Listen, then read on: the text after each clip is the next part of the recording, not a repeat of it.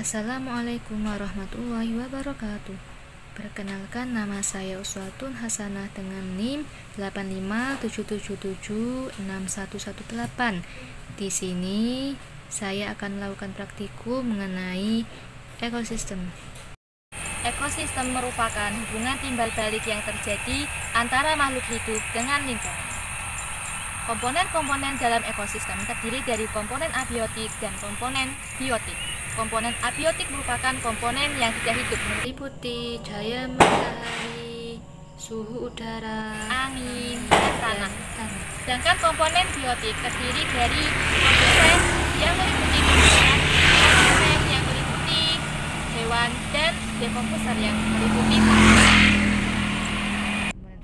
ekosistem sendiri terdiri dari dua, yaitu ekosistem alami dan ekosistem buatan.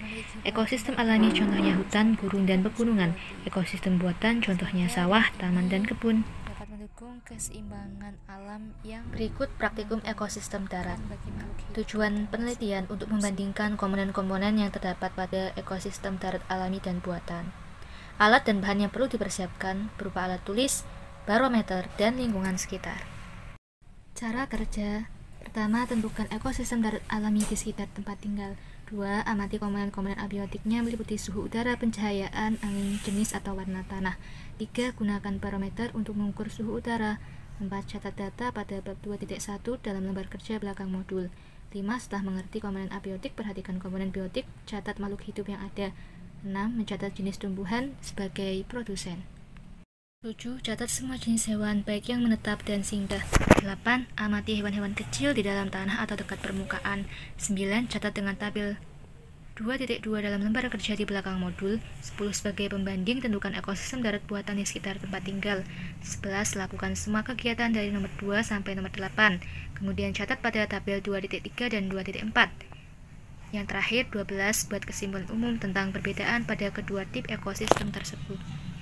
Ekosistem alami yang saya amati yaitu hutan.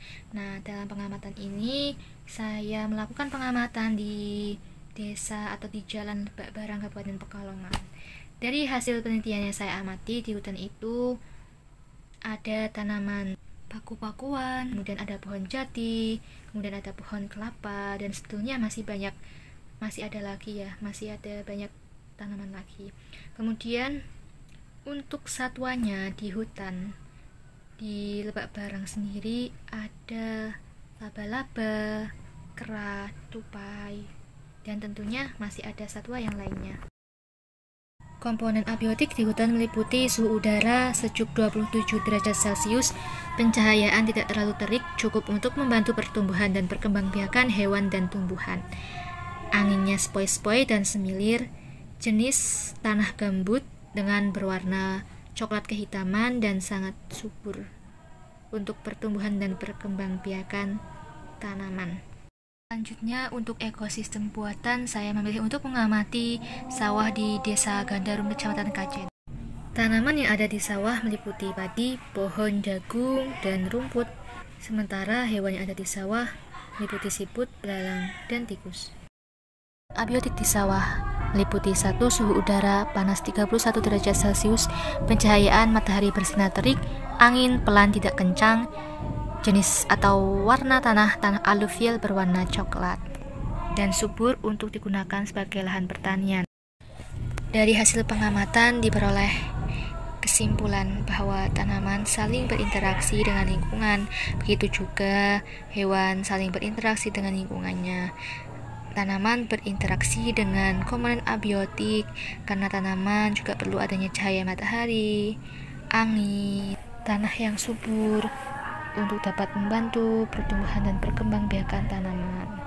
Selain itu, hewan juga berinteraksi dengan komponen abiotik. Ekosistem di hutan dan sawah memiliki hubungan timbal balik antara unsur abiotik dan unsur biotik, sehingga dengan ini dapat mendukung keseimbangan alam yang menguntungkan bagi makhluk hidup, termasuk bagi manusia.